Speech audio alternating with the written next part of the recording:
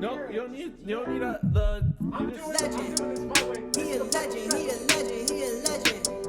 He a legend, he a legend, he a legend. Talking on it though, then He you a can't put it up legend. later. Welcome to the league, to the league, to the league, to the league, to the league of items.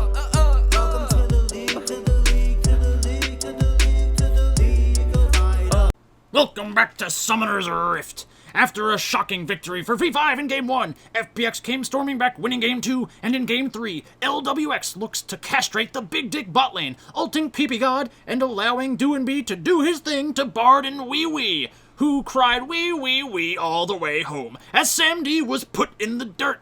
FPX got punched in the mouth in Game 1, but responded well, reverse sweeping V5. League of Items. And I wanted to kind of get a little bit of a closer look at some of these games. I know that we normally do like the clips and stuff like that, which is relatively time consuming between like clipping everything and then doing the voiceover and stuff. So I wanted to kind of take a look at it from like a regular analysis perspective. This might be more helpful for like DraftKings purposes, even though the other one's like more entertaining. So basically, at this point in the game, DMO is up 2.7k gold, and there's an Ocean Dragon on the Rift. So from I have the LPL Vietnam footage playing because it was the first one that popped up. But so yeah, the Ocean Dragon is currently on the Rift. EDG is down about almost 3,000 gold. So when you're down 3,000 gold at the 17-minute mark, it means that you are most likely significantly weaker than the enemy team. And the reason that this is the case is because finished items are more efficient than component items. So let's take a look at the different champions that there are in the game and the item breakpoints that they're on. So right now, Mordekaiser has a Liandry's Torment, which is a pretty strong item overall. You get damage amplification, and you get damage over time. Ornn has an Abyssal... No. Adaptive Helm? No. Abyssal Mask. And the component pieces for a Sunfire Cape. So he's actually doing pretty well right now. He is almost going to complete his second item, but at this point, EDG doesn't feel like they're strong enough to contest this dragon, which is a very important dragon. When you look at the junglers, we have them both with their finished item, and then Rek'Sai has a Phage, and Lee Sin does not have a Phage. So that's the kind of thing where it is an advantage for the Rek'Sai. They do a little bit more damage than the Lee Sin would relative to like their own personal power spikes, but there is still definitely counterplay. Like you can mechanically outplay the other team in this situation still. In the mid lane, we have Azir, who is building a Nashor's Tooth, and then he has the component pieces for one of the mana items, so either Luden's Echo, probably Luden's Echo. And then we have LeBlanc has a Luden's Echo. So this is actually another surprising point in the game because LeBlanc has her finished item and Azir doesn't. You could make the argument that Azir off of a Stinger is like very powerful just because of the attack speed increase, but in general, I think the item efficiency of a Luden's Echo is going to make LeBlanc a little bit ahead of Azir right now. Then in the bot lane, we have Aphelios on an Infinity Edge against an Ezreal on a Manamune and a Sheen. So this is another spot where theoretically you could take a fight on these terms, especially when we take a look at the levels, and Mordekaiser has a 1-level advantage, Nautilus has a 1-level advantage, but those aren't that big. So I'm kind of surprised that EDG didn't try to fight here, and I think they should have, because giving up the Dragon Soul, giving up Soul Point means that in 6 minutes you are going to need to be in a better situation than you are right now in order to contest that that fourth dragon and expect to win. And I think it's unlikely because over that 6-minute period, the 3,000 gold has literally has more time to make an impact on the game. So what did EDG choose to do here? They chose to make a trade. They traded Rift Herald for the third dragon. So let's talk about that trade for a little bit.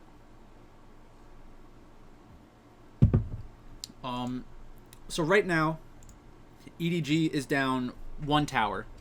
Rift Herald, if it's able to equalize the tower advantage on the map, then I think it's an okay trade to make, but having the towers even out is not necessarily going to make the dragon easier to take, especially because they decided to drop it top lane. So if I was EDG, I probably would have tried to make a play in the mid lane with that Rift Herald, because at least in that situation, when the next dragon comes up, you can shove down mid lane and create some space for yourself around the dragon.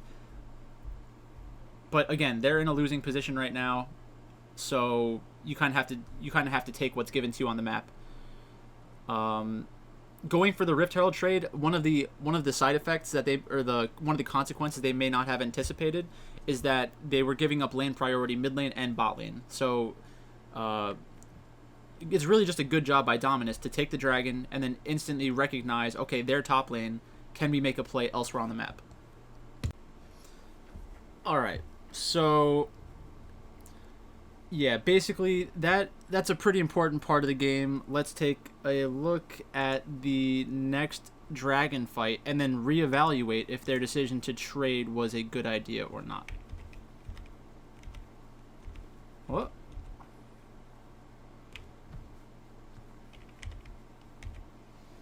Alright, so okay. This is pretty funny. Alright, so now the next point in the game that we're going to take a look at is the 22-minute mark. Dragon is coming up in 5 seconds, so that means the opportunity for Dragon Soul is happening in 5 seconds. Very important time.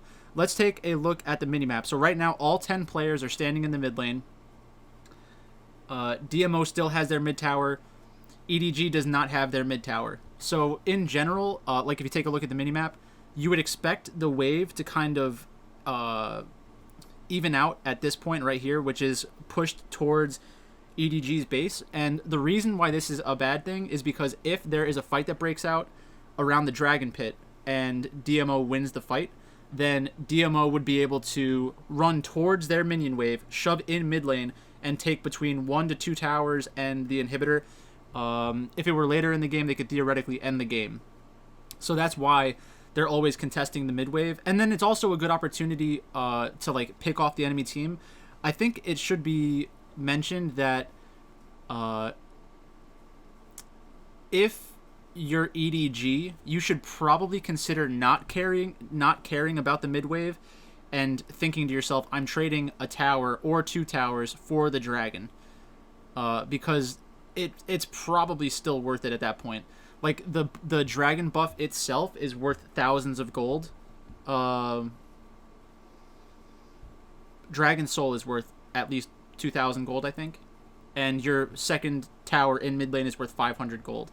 And you already have a positional disadvantage in mid lane, so I really don't think it's going to be a huge difference if they gave up that second tower in mid lane. But let's see what happens. Alright, so EDG is doing a good job contesting vision right now. They already have a pink on dragon, and it looks like they're going to try to start a fight.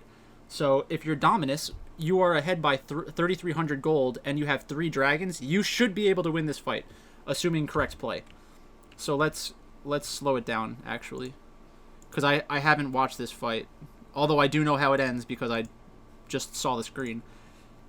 So okay, so Thresh flashes forward and hooks in for an engage. So basically Dominus is saying, we are stronger than you, we will be able to win a fight. One thing that they may have not taken into consideration is that they hooked Nautilus. So they were spending team fight resources on Nautilus, who had a stopwatch. And a lot of analysts and people who are familiar with League of Legends will say things like stopwatch is like the best item in the game, or potentially the best item in the game, because of how it impacts team fights and how it can change a game. And after watching this, you're probably going to agree with them. Alright, so now he's at half health, and he still has his flash, so he will be able to get out of this fight. Let's see how they decide to follow through on this fight. So Mordekaiser didn't ult there? Rek'Sai dies from LeBlanc. LeBlanc, being an assassin, she can go in one-shot a lot of champions. Rek'Sai is not a tanky jungler, so that is always an option. Ooh, another stopwatch. So basically, Shubin, I'm not sure how you say his name, flashed forward to auto-attack Lee Sin. If Lee Sin got hit by that, I think Ezreal probably would have died as well. So just something that simple, like being able to Zanya's that auto-attack may have actually saved them the game. Wow. See, oh my god. So Lee Sin, stopwatched. It's Zanya's also gives a stasis effect, but one is called Zanya's Hourglass, the other one's called Stopwatch. That amount of time that he was in stasis allowed him to get his shield back up, dashed away onto Ezreal, gave Ezreal a shield, and then Ezreal was able to finish off Aphelios. So at this point in the fight, you've traded Nautilus, who is the support, for the AD carry, the jungler, and the top laner. So that's pretty insane. Man. Wow. So I mean that's a great fight from EDG. It means I really don't think that we can give them more credit than we have to. I think we should be like criticizing Dominus's decision making there as opposed to applauding EDG, because yes, EDG has to play the fight correctly, but Dominus did not have to engage in that way. And if we go back, we should also take into consideration why was Dominus so concerned with like posturing around mid lane when Dragon Soul is much more important than your tier 1 outer tower. So even if EDG shoves in mid lane, takes your tier 1 tower, if that allows you to get Dragon, it was worth it. If you give up your mid tier 1 and then they start running towards Baron to try to trade Baron, then you get Dragon Soul and you can still contest the Baron. So I think this was a pretty big mistake from Dominus. I think that a lot of teams would also make the same decision, because when you're ahead, you don't really want to give up anything. Just like stubbornly being like, I'm stronger than you, I shouldn't have to give up anything. But it should be at least considered to make a trade instead, because their inability to push in towards the Dragon Pit gave EDG vision control, which allowed them to set up a pick right here with LeBlanc, which is why Rek'Sai got chunked out. So that's a very interesting fight. And then it would appear that we have another fight around the next dragon. So again, this is 6 minutes later. We're at the 28-minute mark. Dragon's coming up in 20 seconds. EDG and DMO are standing in the mid lane once again, and gold is completely even. So this is a very important part of the match, because if EDG is able to win another fight and get another Baron, they're in the driver's seat and should be able to win the game. Now, having the extra Infernal Soul and the extra Infernal Dragon and Mountain Dragon buff means that they probably have the better statistics right now. But let's just reevaluate what's going on in the game. So we have Nashor's Tooth and Liandry's on Mordekaiser, which is a pretty good power spike for him, and he's going to be able to 1v1 one of these champions with his ultimate. Probably not the Ezreal, because Ezreal has QSS. So he'd be able to get rid of it. Ornn has 2 upgraded items. So right now, Ornn is stronger than Mordekaiser in terms of gold efficiency. That's basically that. Rek'Sai against Lee Sin. So Rek'Sai has a stopwatch. Lee Sin does not have a stopwatch. They both have the Warrior Enchantment and Black Cleaver. Rek'Sai is going towards a GA, and it looks like Lee Sin is building up some magic resistance, so maybe he's going to go for Stone Plate, which is a pretty good item on Lee Sin, because you can Stone Plate after you engage, and you're going to soak up a lot of damage. But more players go for GA still. Then in the mid lane, we have Luden's Echo and Nashor's Tooth versus Luden's Echo and Morellonomicon plus a Magi's. Azir also has a stopwatch, so that's pretty close once again. The main difference between these two champions is that one is a skirmisher and like trying to pick off champions and assassinate champions, which is LeBlanc, and the other one is more of an organized team fighter. So if EDG engages onto Azir or the backline, he can help throw them away, which is going to be pretty good for DMO. So if you're DMO, you probably don't want to force an engage. That got you into trouble last time. It'll probably get you into trouble again. Then we have, in the bot lane, we have Aphelios with a Runaan's, Phantom Dancer, and an Infinity Edge, which is a pretty good spike. And then we have Ezreal with the upgraded Trinity Force, a Muramana, and a Quicksilver Sash. So these two champions are very close right now in terms of their damage threshold in a team fight, but Aphelios still has a much higher burst damage potential because he could theoretically ult an entire team and like take half of their health bars to all of them. It's just the amount of damage he can do is pretty crazy. I guess Ezreal could theoretically do that if he hit all 5 players with his ultimate, but the way that Aphelios' ultimate interacts with champions is just a larger area of effect. And then for the supports, they both have Stone Plate, so they can both engage and soak up a lot of damage. So we play this out. Scout is again looking for a pick, so LeBlanc is going in and out, trying to create pressure across the fight and like get a flank opportunity. They are pretty separated, which is surprising. I guess they want to stay away from one another just in case Ornn gets a good ultimate opportunity. But at this point, if I'm DMO, I would be posturing closer to Dragon, and that's what they're doing now, so they're moving down towards Dragon. Now they're all 5 of them are in a choke point. So now this is dangerous because Ornn can call down his ultimate. It's going to like send a ram this way, and then he can shoot it back across the team. Let's see if they go for it. Mitsuki got a lot of damage from LeBlanc. Now LeBlanc has an upgraded Luden's Echo, so that happened mid-fight. And now at this point, like this right here is very bad from Dominus. So Dominus has given away their positioning around Dragon. There's basically no way that you can like come in through this direction and force a fight. Like, how are they going to get in there? They don't have the hard engage tools that EDG has. So right now, they're in a very strong position. They should be able to take this Dragon pretty easily. So Dominus, they're probably calling to make a steal attempt. So EDG starts the Dragon, starts pulling it into the river. EDG is still controlling the choke point. LeBlanc goes in for... Okay, so LeBlanc went in to try to get more damage onto Thresh. Thresh engaged and popped Gargoyle Stone Plate. Has to flash out. Ornn gets ulted, so that's actually very smart. That's very smart by Mordekaiser. And this is where they make their mistake. Okay. So right now we have Ezreal in the back line. Rek'Sai's taking a decent amount of damage. Rek'Sai has to blow stopwatch.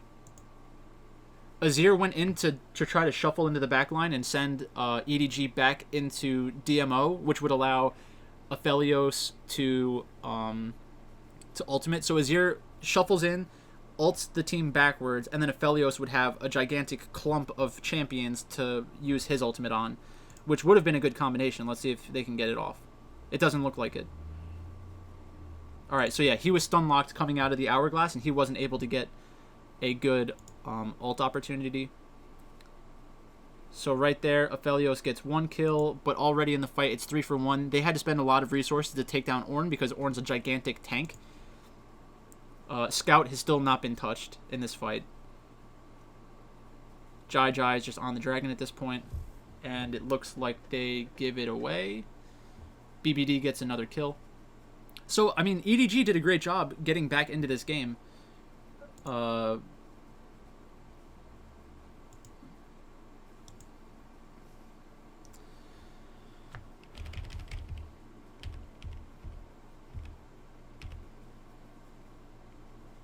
Wow. Alright, so let's watch this Dragon fight. It's still on a little slow, but... yeah, so EDG, 15 kills. They're up 6,000 gold. Closer to 5.5, but they're up almost 6,000 gold. Does he go in for this smite? Does he get the smite steal? Oh my god. Wow. That's a pretty huge mistake from EDG, but it's also a very good play by Dominus. So at this point, they know that they probably won't win a team fight because they're down 5,000 gold. But Rek'Sai flashes in. They're unable to keep him out of the pit. So, I mean, there's not even much you can do there. They get a kill. EDG really has to end the game like right now. Otherwise, that buff can be pretty huge. So let's go. So since Rek'Sai went down, they took a tower bot lane, shoving in bot, shoving in mid lane. So their goal is to get a tower. Ornn gets hooked. Aphelios gets a huge ultimate off. So like I said, he took out basically 3 health bars. Mordekaiser's still really big.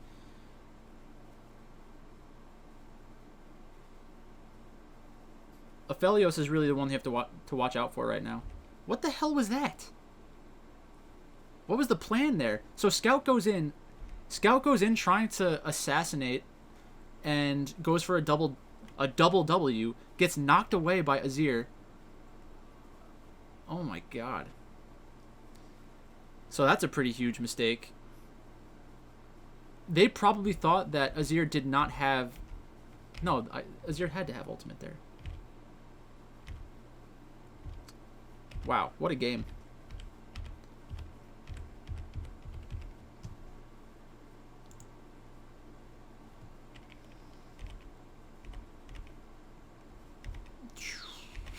Oh my god. You never want to see that. Alright, so now another fight is starting up because there's going to be an Elder Dragon. So let's take a look again. So both teams, it's 40 seconds until Elder Dragon. Baron is up on the map. They're looking to start a fight, or at least get some poke damage down onto Dominus. So again, EDG has a gold advantage, and they also have an Ornn item advantage, but they do not have Dragon Soul. So Thresh should be able to regenerate a decent amount of his health. Right there, Audi should have looked for a flash engage. So that's a pretty good engage for EDG. Azir goes into the backline again to try to get this is what doesn't make sense. So Azir went into the backline to try to get Ezreal and shove him back into the team. But Ezreal has flash and his E. So the chances of that actually working seem very low. Nautilus goes down. They spent a lot on that engage. Azir goes down because he made that risky engage. So everyone who tried to engage in this fight is dead now. Good job, guys. Dominus at this point has the Aphelios with Chakrams and with a Guardian Angel, so he's probably not going to die. Even if Scout is able to assassinate Aphelios once, he has a GA, so he will probably not actually die. EDG goes forward. They actually make a pretty good pick onto Thresh, but Thresh is not the priority target right now. Mordekaiser with a good E. And both of them are going to die. So now Baron and Elder Dragon are on the map. Rek'Sai could easily go onto this right now with Aphelios and just take the Elder Dragon, but it looks like Mordekaiser TP'd mid and is going to try to shove a wave mid lane. So that is interesting. Maybe they had split calls or something like that. Scout is still trying to assassinate Rek'Sai because that would make it a little bit more difficult to take Elder Dragon, and it would give Scout the chance to actually steal away Elder Dragon. But with Smite, that shouldn't happen because Rek'Sai has Smite and her Q. So they get Elder Dragon, they get Baron, I'm assuming, and that's going to be the game. So that's really the team fight that decided the entire game. There were a lot of interesting fights in this game, but once one team gets Elder Dragon and Baron at the same time, it's almost impossible to win a team fight. Let's take a look at the second draft because I had someone ask me a question. I think it was Money Badger who was asking me on Twitter, why would a team give away Aphelios twice? Like, what is the strategy there when you have the opportunity to first pick it? So in their first, so it's not about it's not like everyone's working with the same amount of information or the same kind of information. Teams have to make quality judgments based on champions and the play styles that they have. So maybe BBD is not as good at Aphelios as he is at Ezreal, or maybe BBD prefers the Ezreal side of the Ezreal Aphelios matchup, it's possible. I mean, when Aphelios wins, feels really bad if you're the losing team, because it just feels like you have no chance. But at the same time, Ezreal's very slippery and can move in and out of a team fight much easier than Aphelios can. It requires less attention from your support, because he can kind of self-peel a little bit, especially when he goes Frozen Fist. So the flexibility of the build is also a benefit. And they probably went into this match saying, we want Ornn, Ezreal against Aphelios, period. And the other reason why this does make sense is because Ornn against Aphelios, you have long range engage that could theoretically force Aphelios to flash away, which is going to burn one of his defensive summoners. So in that 5-minute window, depending on if you have like summoner spell cooldown reduction, you could theoretically force another fight onto the Aphelios where he does not have the ability to flash away.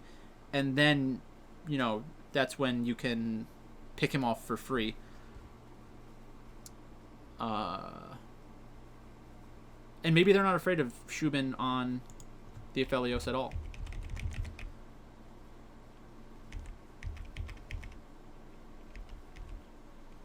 It's still on too slow. Alright, so let's take a look at the draft at the last part. So Ornn, they first picked Ornn, so they want the scaling advantages that Ornn gives. He has a lot of good matchups in the top lane, where he could even win the matchup, even though he probably shouldn't win most of those matchups. Picking Ornn allows Dominus to pick Volibear. I think that the Volibear versus Ornn matchup should be pretty even. I could see a Volibear playing overly aggressive and then dying. Maybe it's not as likely to happen against a Ornn Lee Sin. So maybe a Rek'Sai would have been better. But they already have Rek'Sai. Well, EDG picked Lee Sin over Rek'Sai. So again, this is a champion pool thing. Maybe Jai just likes Lee Sin more than Rek'Sai. That's definitely a possibility. Teams aren't always picking things based off of what is the best possible champion to pick here. You have to take into consideration that you have a human being piloting this champion in the game. So the player's biases and ability comes into play as well. So we have Ornn against Volibear. Azir against Aphelios. So basically what they're thinking to themselves is Ornn has the ability to go in and disrupt Aphelios, because Aphelios is a quote-unquote pocket quarterback. You want him to have to move around to make it more difficult for him to deal damage. So you want to limit Aphelios' damage output by making him move off of his spot and being in danger for the entire team fight. So Ornn is able to do that. Lee Sin is able to do that. Nautilus is able to do that. Azir is able to do that. Ezreal can't, but Ezreal's not expected to. So I don't have a problem with that team composition from EDG, but I know that some analysts like LS say you don't want to pick melee champions into Aphelios because he could root you in place, and if you have too many melee champions that are standing on top of each other, Aphelios is going to be able to get huge value out of his ultimate without having to put in any real effort. But I could see both sides of that argument. It's basically like you want to get into a game state where your ability to get onto Aphelios is going to kill him before he kills you. And maybe it's a bad idea. Maybe there were other champions that they should have taken into consideration. Like Malphite is a good champion, but they first picked Ornn. So if you first pick Ornn and the other team picks Aphelios, you really need not only hard engage, but potentially like an assassin But like I said, Ornn has the ability to disrupt Aphelios and to make him blow his summoners and potentially like a QSS or something like that. Lee Sin also has that ability. He can go in for a flash, for an insec, which is going in, ulting, and then flashing to send the primary target back into your team. Ezreal versus Aphelios is theoretically fine. Like, you can't blame teams for making that trade, even though there probably are better options. Then you have Nautilus. So in the laning phase, you could theoretically do something in the laning phase to like root him in place, like flash auto attack that roots Aphelios, and then you hook him, which is another disruption, and then you ultimate, which is another disruption, and all that time Ezreal could pump out damage, and then you also give your team time to respond. So like I would expect EDG to try like a tower dive or something like that. Zilean is a very interesting pick to be on Dominus' team composition because that gives Aphelios an additional Guardian Angel. So Aphelios could even justify not buying a Guardian Angel. But I would assume that he does it anyways. So let's see what happens. Because you're not drafting thinking to yourself, oh, well, we're going to die early game, and then that's going to give their mid laner a huge advantage, and then we're going to lose. That's not how you pick ban. So they're pick banning around stuff like this. Okay, so Nautilus goes in for Thresh. All right, so this might not make sense at first, but I'll try to explain what the thought process is. So right now, Dominus is pushed up in the lane. Thresh has his lantern, which Aphelios is able to take and like run away. So that's why EDG went on to Thresh instead of Aphelios. So right now Aphelios is standing still auto-attacking minions. Thresh begins to realize they're getting aggressive. I'm going to start moving away. So at this point, Thresh has lantern, can throw his lantern onto Aphelios. So if Mako goes onto Aphelios using his hook or something like that, it's going to be a waste. So he makes the right decision. He goes on to Thresh. So now the lantern is going to pull Aphelios back into Nautilus again. Okay. So now they get a heal and they get a flash out of Thresh, but they're not able to make Aphelios burn his flash, which is pretty surprising. Why didn't Nautilus... How did Nautilus not get an auto attack off on? Okay, so Nautilus was slowed because of the flay. And while this is going on, Dominus goes for a gank in the mid lane, gets Zilean a kill on Azir, which is very good but not game winning. Let's skip ahead. Okay. Now we're going to get into...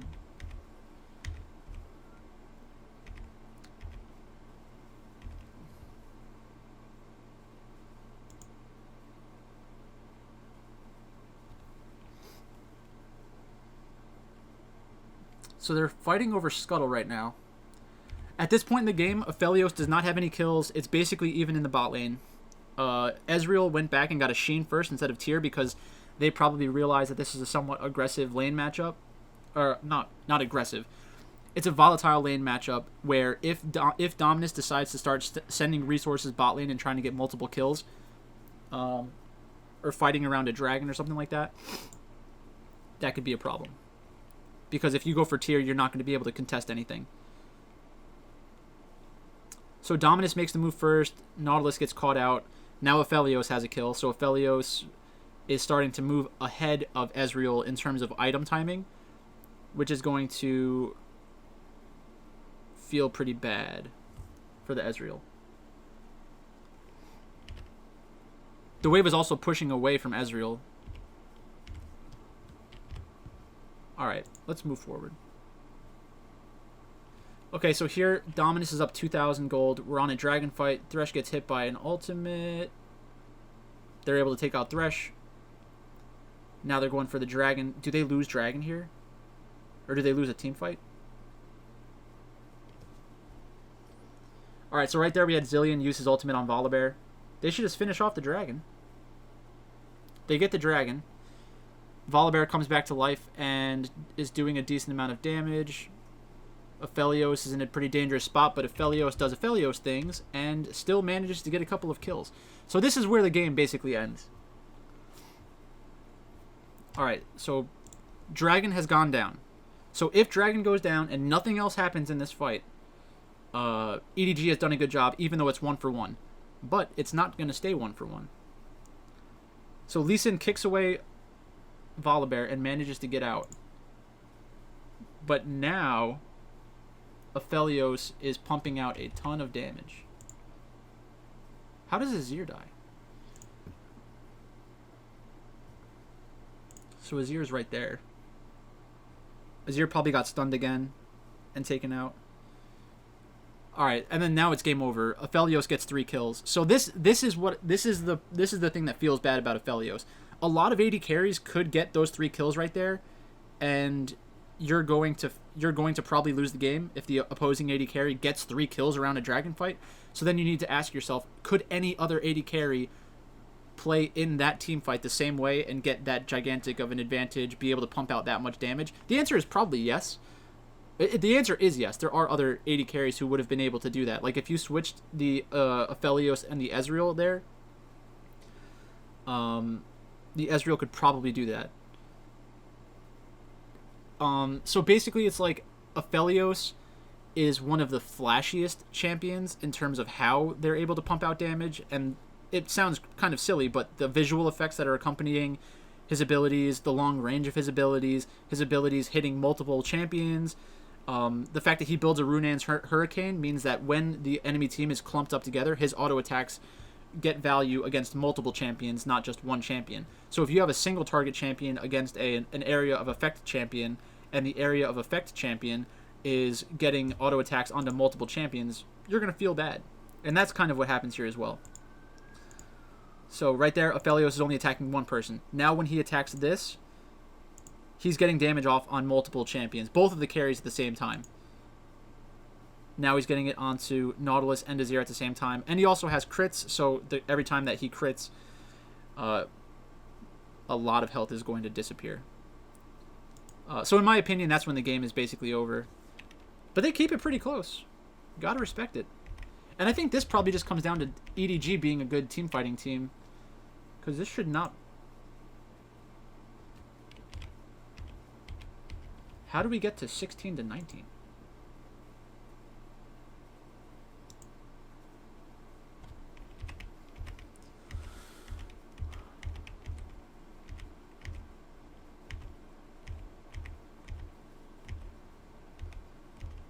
Ooh, here we go. We got fireworks. Alright. So now EDG is down 3,600 gold. This is the kind of play that I love seeing a losing team make, because it means that they understand that they're losing and they need to make a risky play in order to have a chance to win the game. So at this point, Rek'Sai has already died somehow. I'm not sure how that happened, and I really don't care. So now Ornn is looking for a chance to flank while they all walk in. Their call right now is kill Baron and then deal with the team fight afterwards, because it is a 4v5. They should feel pretty strong.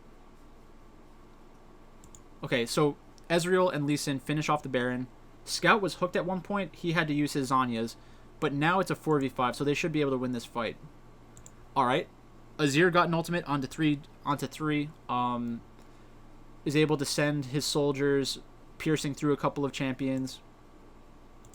It would have been... Okay, never mind. Oh my god. That's Aphelios right there. That's Aphelios. Alright. So, Azir ults a bunch of people away, but they're all standing on top of each other.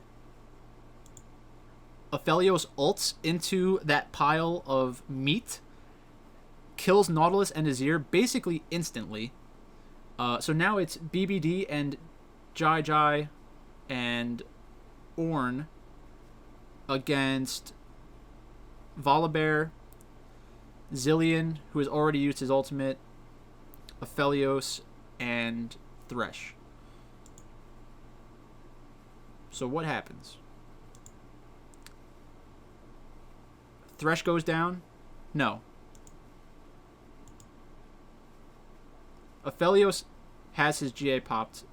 That might have been a Zillion ultimate. We get a good Ornn ultimate off, and this is going to allow Ezreal to actually take out the back line. So that's a very close team fight they were from a losing position. So the fact that they had Ornn items did make it a little bit favored. Not favored. They were at less of a disadvantage because they had Ornn. So that's one of the reasons how you can justify picking Ornn. It's like, yes, even if we're losing from a gold perspective, we may be able to keep the items close enough because the additional free upgrades that we get from Ornn. Ornn's a very good champion. And maybe they were thinking to themselves, if we pick Aphelios, they pick Ornn Ezreal. Maybe they don't like that matchup. So then they would have to ban Ornn. Ornn. Maybe they don't want to waste a ban on Ornn. There are a lot of different options, or a lot of different decisions that you have to make as a team. All right, so that was a pretty interesting fight. Good for ADG though to get Baron. That's tough. So let's see where this final fight happens. So again, we have Dominus getting Dragon Soul.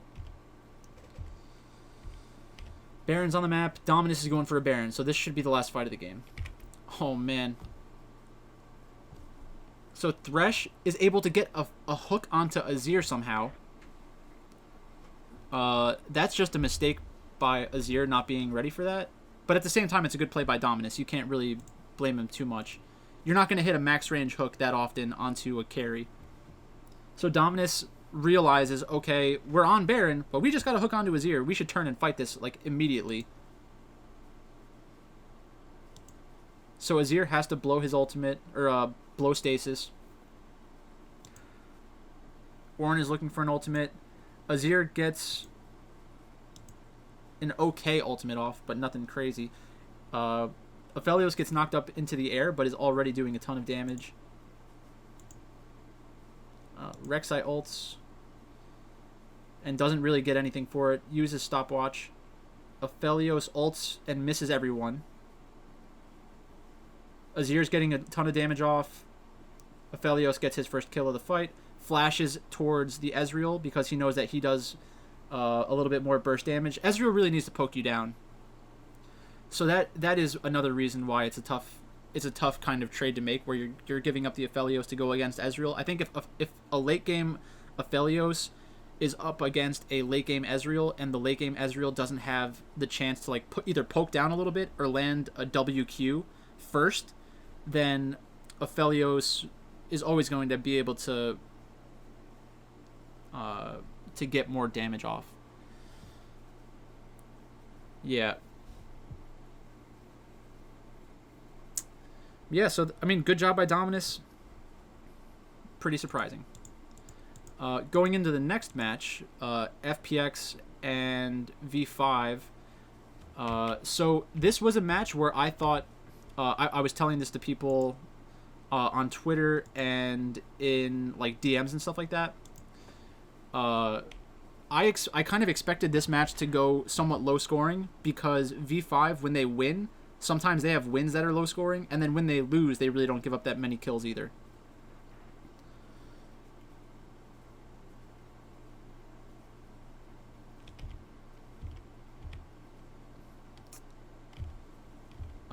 Was Aphelios banned here?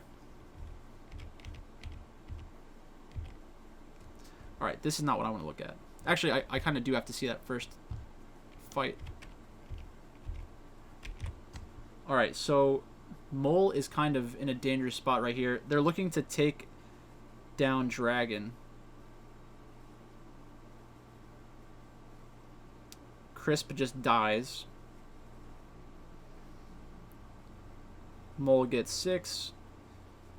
Doinby is on Karma, so that is a champion they want to get him onto, but I'm not a huge fan of Karma. I think the Karma love is a little overblown. Ardent Sensor is amazing. The support items are amazing, but there are other champions who could do it as well. Karma plus Graves and Ezreal, though, is pretty good. And Wukong, speed up Wukong. I understand what they're trying to do, but they really don't have any... They don't have much AP damage. They have a little bit of Ezreal damage, and they have Karma, but that's really not going to help that much. This type of Fiddlesticks does build pretty tanky. Renekton is not going to be extremely tanky. Leona is going to be somewhat tanky, but not insanely tanky. You're basically turning Renekton from a not tank into a tank by having one type of damage against him, though. Like, you get a ton of value out of Ninja Tabby in this spot. I'm assuming Fiddlesticks is going to get Ninja Tabby as well.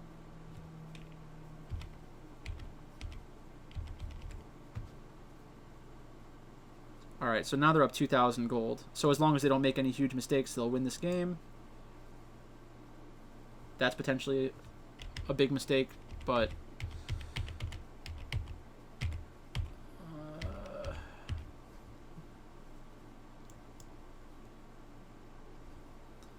Alright, so now we're at the 20-minute mark. Barons on the map. They're on Soul Point. So FPX in 2 minutes is going to have to fight for the dragon. Alright, so here we are. FPX does a good job getting into position first. Renekton snuck in somehow. V5 is looking for an engage. FPX is still trying to disengage. Renekton's trying to flank. Wukong loses half of his health bar, which is pretty good. So they had the better positioning, and then they gave it up. Because they probably felt like they couldn't sustain that position for a very long period of time. Midway was getting shoved in. But in this spot, when you're FPX, you just have to say to yourself, screw the mid lane. I don't care if the minions are on my tower. If we lose middle inhibitor but stop Dragon Soul, it's probably worth it. Like, the only really concerning thing is, like, if V5 charges down mid lane and ends the game. But giving up Dragon Soul is kind of ending the game as well. So right there, Braum is looking to ult and also get out, but then this gives Fiddlesticks a chance to go in. Ashe has good follow-up engage. Nidalee's chucking spears. Can they turn the fight? Okay, let's see. Can Ezreal... Nope. Nope. I guess not. Karma does have teleport. So right now, Tian and LWX are still looking for a fight. Wukong and Karma both have teleport. So they both need to get in before this dragon is actually taken. Fiddlesticks also has it. Oh my god. How does that happen? So Leona goes on to Graves, and Graves just completely abandons the dragon. So Nidalee, I mean, that's really just a good job by Nidalee. And then once they get that Dragon Soul, the game is very difficult to win. Not only do they get Dragon Soul, but they win the ensuing team fight. Nidalee can chase down, but they're just going to take that team fight win, go towards Baron, and the game is over. Like, there might be another fight from this point, but the game is over. Unless you make a gigantic mistake. And I guess V5 is one of the teams that they haven't really proven they're a great team, so they could make a gigantic mistake. Fiddlesticks dies for no reason, so that's a pretty big mistake. Like, this game could have been even lower kill score than it ended up being.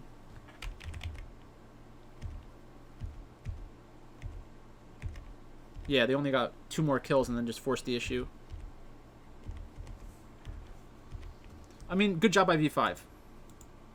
I'm not surprised that I'm not shocked that they won a game. It was definitely in the range of outcomes. So in this game, we have a Felios banned out by FPX, so at least they're not giving it up first pick. Then we have Ezreal against Ashe, which is the reverse of what we just saw, right? Okay, so Graves first pick. I think Graves is a great champion. Wei Wei has not shown that he's the best Graves player, right? I feel like I'm not crazy for saying that. But now we have Ezreal plus Zoe, so that's a pretty good start of a poke composition. We have long range engage from Ornn. We have long range engage from Leona. We have long range engage from Zoe, because basically she'll make someone stand still if she puts them to sleep. Then for FPX, we have long range from Ashe. We have hooks from Thresh. Trundle's a good early game champion. Silas is a flexible solo laner, so they're basically not giving away anything by picking Silas right there. And then they finish off with Orianna, and Orianna is a great champion right now because her ultimate is like game changing. And she's probably pretty good against Zoe as well. So it looks like this game got out of control pretty fast. Yeah. And it's going to be around a dragon fight.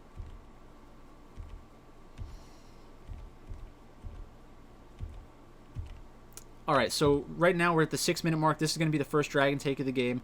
Ornn is already moving down because he used his teleport to go top lane. So he teleported top lane at some point and has decided to walk down to dragon, which is pretty smart. They're probably going to get Silas's TP. They get Silas's TP right now. V5 is already taking a decent amount of damage from dragon, which is very scary. Basically them calling in the teleport turns the entire fight. Now they're in a choke point. They're using Ornn's ultimate to disengage instead of engage, which is never a good sign because there's not a ton of follow-up you can get from that. Mole actually almost kills Thresh there, and that would have been pretty huge. Right now it's a 4v5. Orianna still has to make her way into the team fight, so V5 probably still feels fine.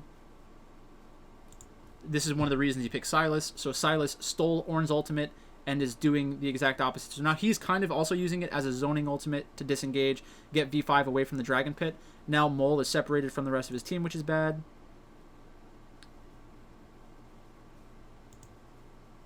Ornn got a pretty good knock up there, but like I said, the Orianna ultimate catches 2 players,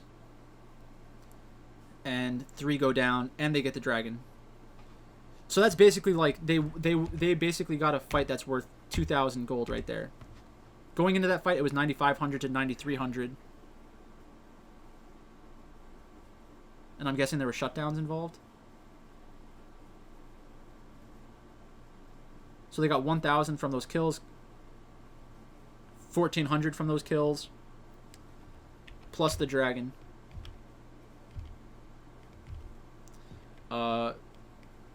So that's a pretty big advantage for Ashe, who is already... Ezreal is going to finish his 2 items first, but if Ashe can get a little bit ahead of Ezreal, then she should be on par with him. And she's a crit 80 carry, so her type of damage is going to be a little bit more sustained than Ezreal. Like Ezreal, obviously, he can continuously throw out Qs, but yeah, not looking great.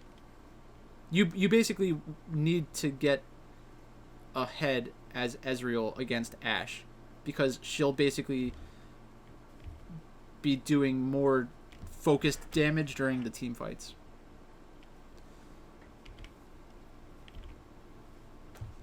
Who took first tower? Okay, nobody's taken tower yet. Now we have Rift Herald on the map. Let's see if they make a play for Rift Herald. Okay, now V5 is making the play for Rift Herald. FPX is already moving up. So this is one thing that we actually talk a lot about with the Yale team, is that even if you're in a losing position, a lot of the time it's smart to at least try to make a Rift Herald play, because if you're the team that reacts first, if you're the team that acts first and the other team doesn't react fast enough, then you just get it for free. But in this spot, I guess V5 is saying we're not as strong as them right now.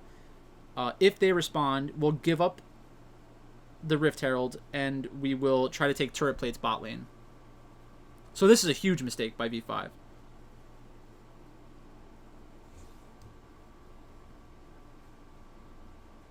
Very interesting. So they're basically going back and forth trying to contest this Rift Herald. Ashe and Ezreal are both not there. FPX engaged first into a 3v4, knowing that Silas was very close but not in range yet. If FPX wins this... If a team fight broke out and FPX won this team fight, the game would be over. Alright, so now what does it mean that they got the Rift Herald? With Rift Herald, they send 3 players top lane. They're probably looking for first tower. They're sending Silas back so he can respond bot lane. So right now, top tower is completely healthy, but with 3 players and the Rift Herald, they should be able to take down the tower. Okay, so they got 1.5 plates.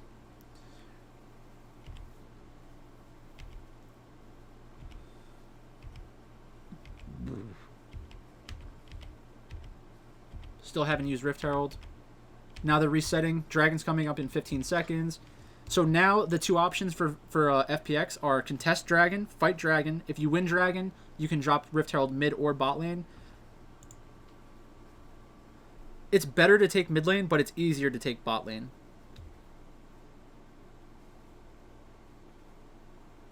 So they're up 1,500 gold. They could make both of these plays at the same time, but that's pretty risky. They see that Ezreal is top lane, so V5's not even going to contest Dragon. They're focused on the objectives right now. Ornn gets hooked. They force his ultimate. And they force his flash. So right now, Trundle is taking Dragon, and they're chipping away bot tower. They're going to finish the Dragon, take Dragon, send Trundle bot lane, and then drop Rift Herald. And that will allow them to get first tower. So they get the additional gold from the first tower take of the game. So now their gold lead is about 2,000, and V5 isn't able to take the top tower. So they invested a lot of resources top lane, and they gave away a dragon so that they can go even on the tower trade, but then they weren't able to actually execute, which is due to them not sending a third player top lane. They should have really all-in on that play. Because now you're at a tower disadvantage. This is what I consider a positional disadvantage on the map. And once you're down one tower, it's pretty tough to equalize towers without a Baron buff. Because now they're going to send their bot wave top and try to stop you from getting that one back. So this is actually this is a mistake by FPX, letting them equalize towers. They didn't really have to. They could have spent more resources on that top lane. They get a second tower bot, which doesn't really matter. It's like 500 gold. So it does increase their lead a little bit and will change where the wave will end up settling, but it's not game changing. V5 gives up Rift Herald and top lane.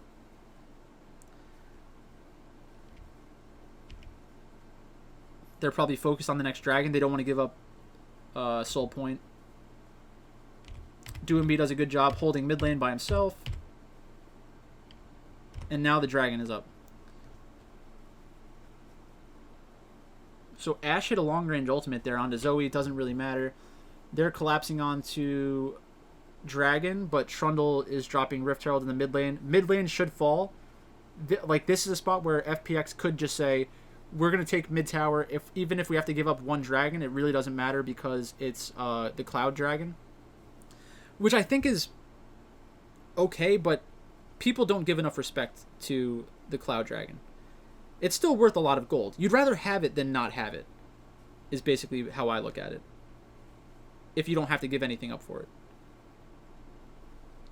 Alright, so V5 is feeling pretty desperate. The game is still relatively close, 1,500 gold. They waste Leona's ultimate. They wasted Ornn ultimate. They're getting off some pretty good poke damage. Now they probably think they can just take Dragon without having to give anything up. Graves is on Dragon. Graves takes Dragon, so that's a good play by V5. But the issue is still, can we defend mid lane? So the tower's so low, FPX just needs to group once or twice more, and they'll take that tower. And that's a pretty impactful positional advantage.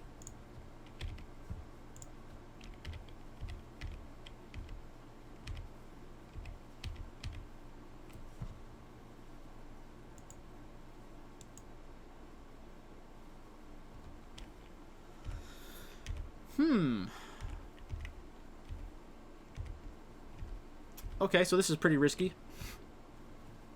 Dragon's coming up again. FPX is in a good position. So V5 has to walk in to contest. They have Ornn ultimate and they have Leona ultimate. Those are two good options to actually get in.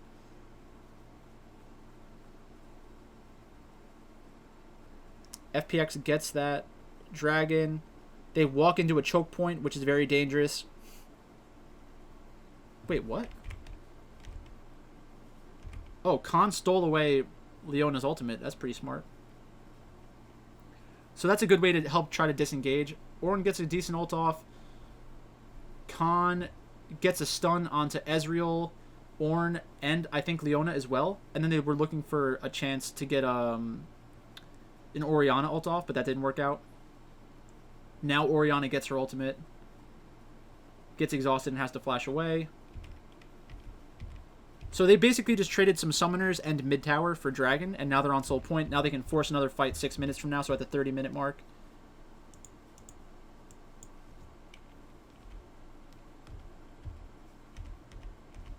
And it looks like they get a pick earlier than that.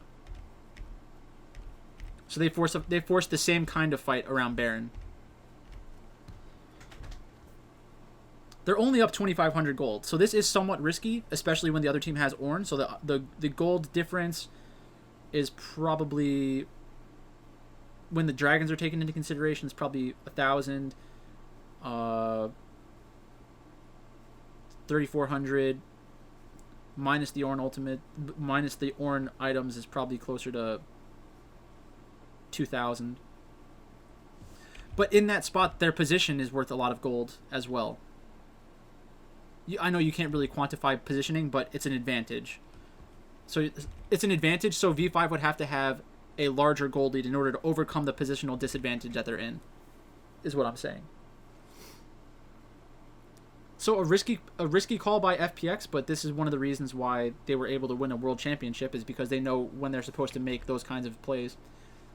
Zoe goes in for a smite steal, but misses. It was a good try. They kind of had to make this play. V5 had to try to contest it, I mean. They take out Ornn, and knowing FPX, they won from that spot, which is not surprising. Let's take a look at the last game.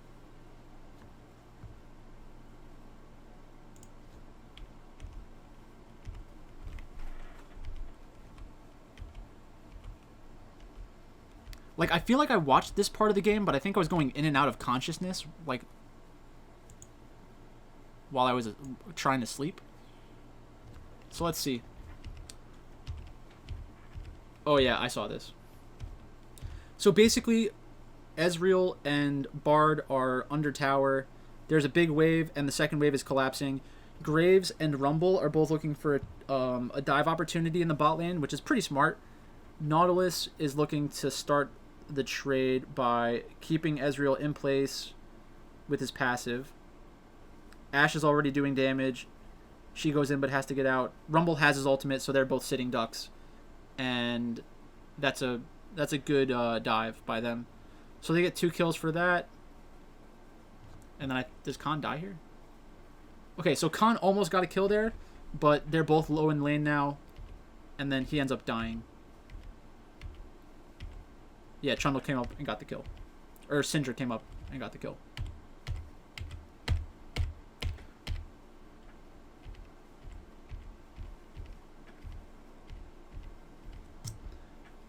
So now they're down 1,000 gold. 1,500. So not a game losing disadvantage. 6-3. Now it's a 3,000 gold lead. So I guess the last dragon.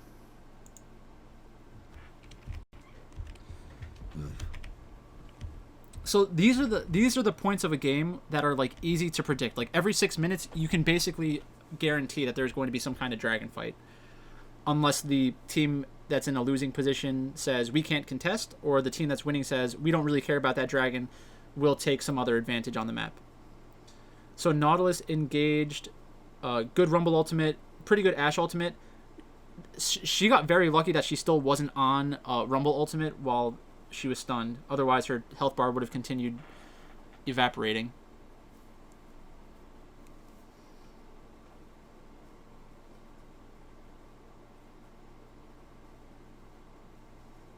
Nautilus goes in again. Again, they're fighting over Soul Point right now. Bard dies. Wukong engages. But it's pretty tough to win a 5v4.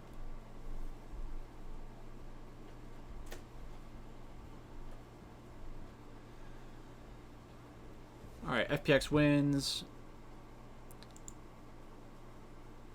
Let's take a look at the Dragon Soul fight. And this will basically be the end of the game.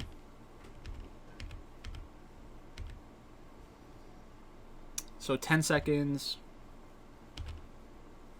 And now we can start looking for a fight to break out.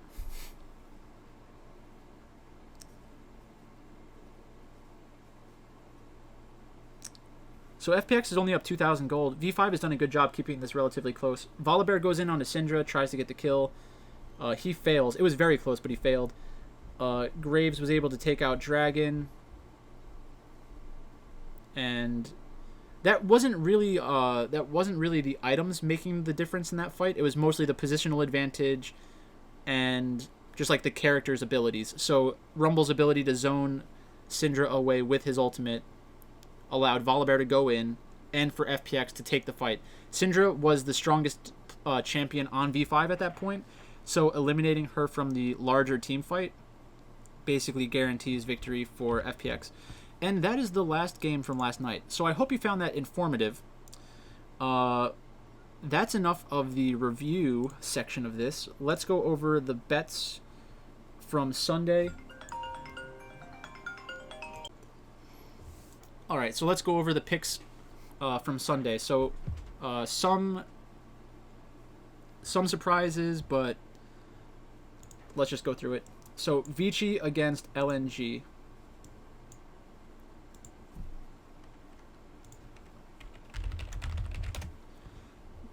Let me get that up in front of me.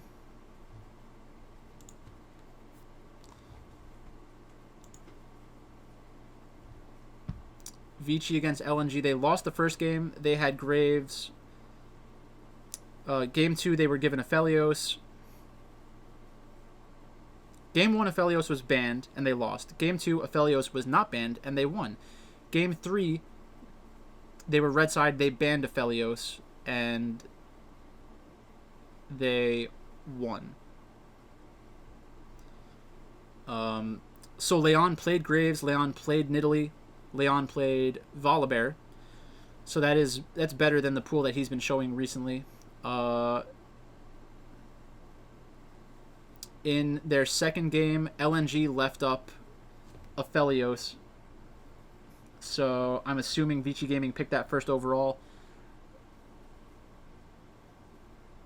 In the first game, LNG was blue side and didn't pick Aphelios. So that's a mistake, in my opinion. Like, I don't think that Aphelios is a champion that you cannot overcome, but if you let it go through the draft or let the other team get it, you're going to have a lot of questions to answer from analysts and from the community, because the community has a very dogmatic opinion on Aphelios. I'm not saying that Aphelios is a bad champion. It's just there is definitely counterplay. Otherwise, Riot would have to make gigantic changes to the champion. And they have made changes every once in a while, but there are just core elements of his kit that do ridiculous things if you allow it to get to a certain point in the game and don't punish it. So it's more of like an ability to execute the playstyle intended to stop Aphelios. Second game, JDG against Rogue Warriors. JDG won that one. Rogue Warriors almost won a game, right? I feel like Rogue Warriors had a chance to win. Yeah, so JDG won game 1. They lost game 2. And then Rogue Warriors almost won game 3, I believe.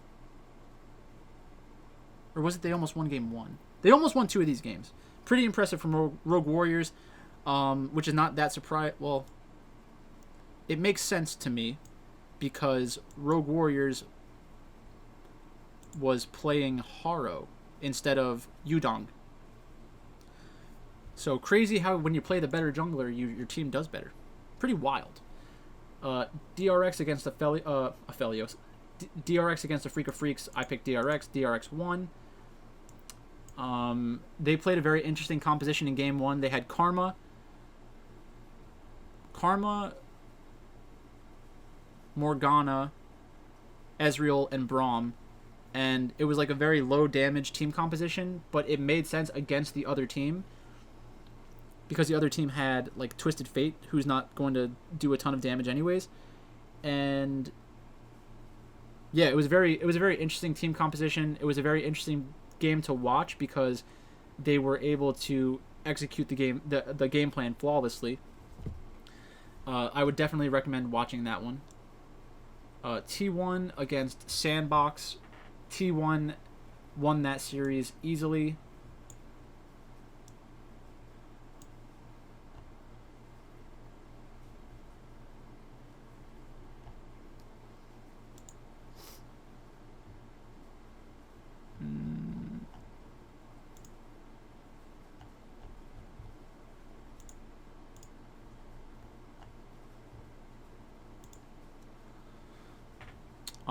And Elim started again, so now we have a question mark in the jungle. I think Cuz is a very good jungler.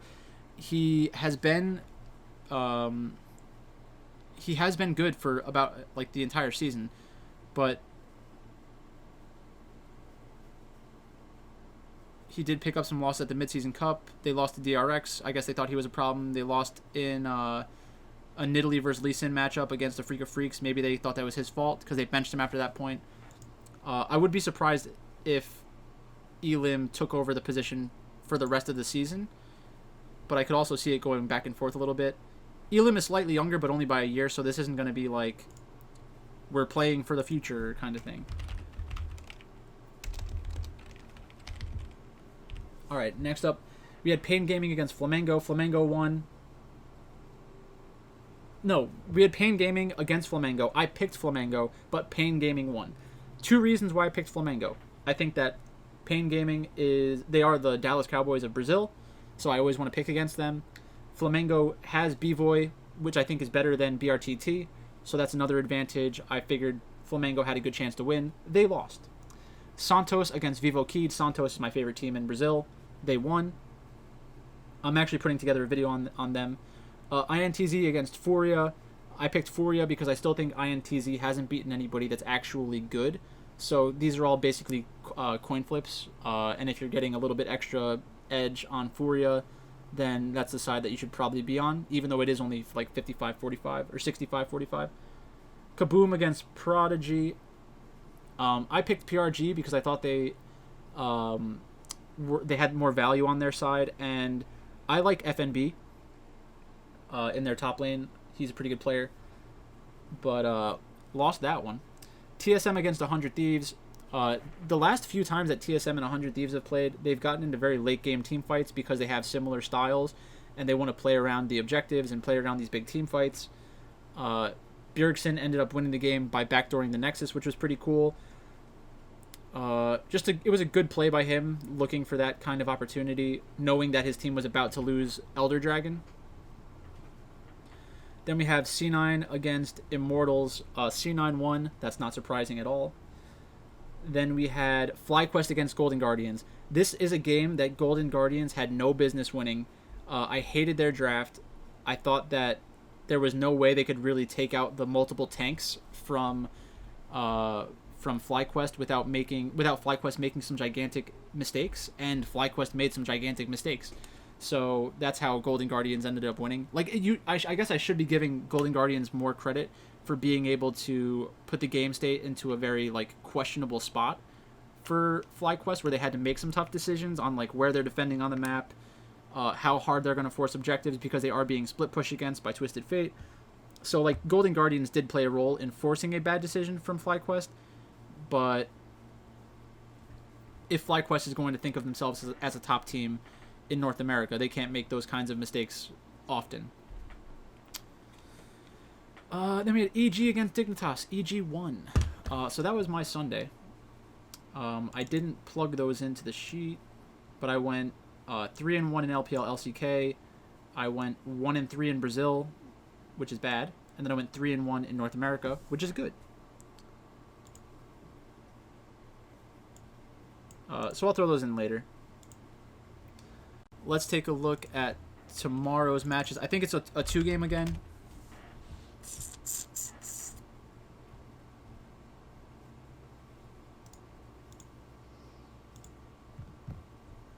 We have LNG against Billy Gaming, and we have RNG against World Elite.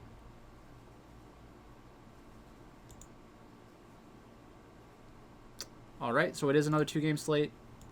We also have the rosters, so I'll look at the rosters, and then I'll go over the money lines, and then we'll get out of here.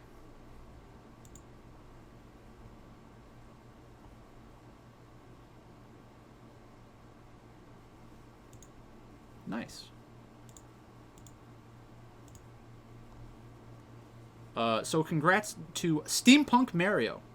Third bink in 8 days, by far the biggest payout. Last time I checked, 200x is pretty solid. You're right. The discussion between League of Items and Binny Von Elds made me think DMO was due, and EDG was susceptible. EDG was definitely susceptible, especially because they had their backup 80 carry in. But good for you. Nice win. I just retweeted that if you guys want to check that out. That was in the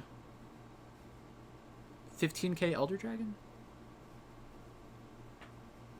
So I guess it was a smaller Elder Dragon? Oh, it was just the 2-game slate. So I guess, yeah, it was this... the Elder Dragon is the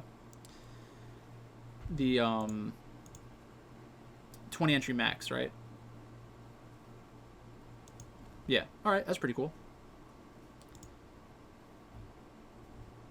Alright, so we have LNG Billy Gaming. Chenlon17 is back in, so Flandre's back on the bench. XX, Maple. Actually, I can just throw it up here.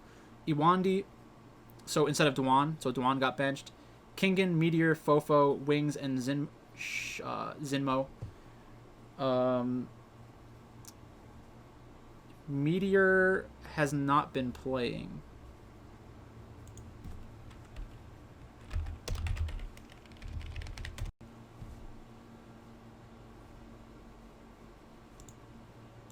Meteor is a better player than the other 80 carry. I think there was like...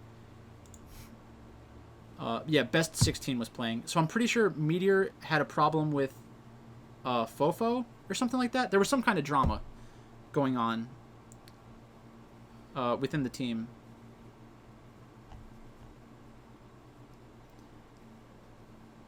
So Chenlon17 against... Chenlon17 is like an AP mage top laner. Also plays Wukong. Plays the Kale. So I guess for Billy Gaming, it is pretty important to see what Kingan's champion pool looks like. Also, it's important to see what Meteor's champion pool looks like. Meteor's like not even listed on the...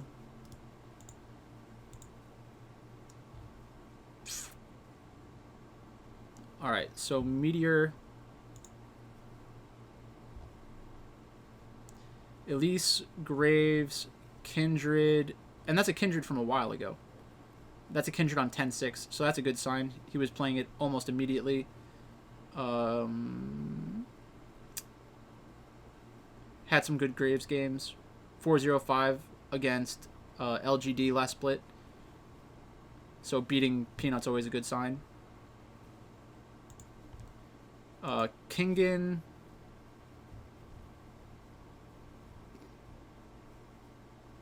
plays Wukong. So if he plays Wukong or Ornn into Chenlon17, Chenlon17 should theoretically get a good matchup. Pretty interesting. The money line is LNG's favored -155. That's almost entirely because of their ability to beat teams like FPX and RNG. This split, they lost their last match against Vici Gaming. And they also lost another match before that.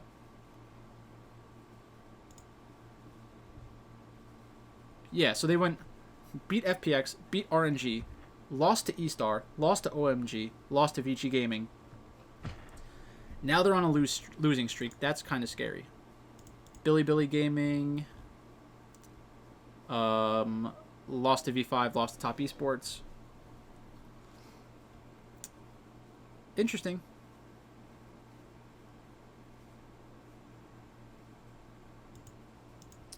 So there's definitely value on the underdog there. But it's very small. Plus 118.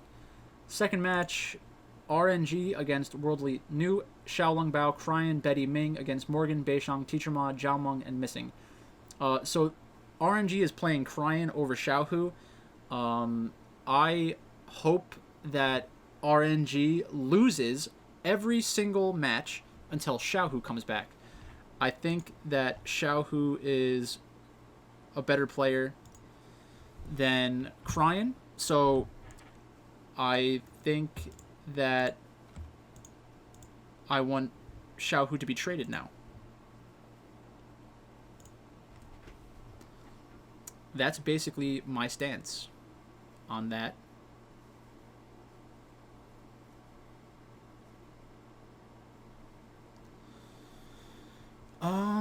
I mean, so maybe they think Xiaohu is the problem, which is kind of insane to me.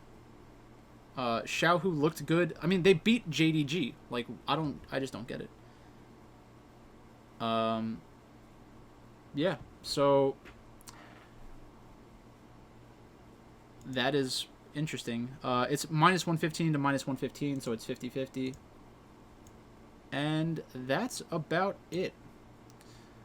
So like I said, I am not giving out picks on the channel. Maybe it's pretty obvious because it's only a 2-game slate, and you know how I pick in general, and you know where I think the value is on these matches. So in the World Elite match and RNG match, I think the value is actually probably on RNG side. RNG should be a bigger favorite than they are, but they also benched Xiaohu, so I want them to lose.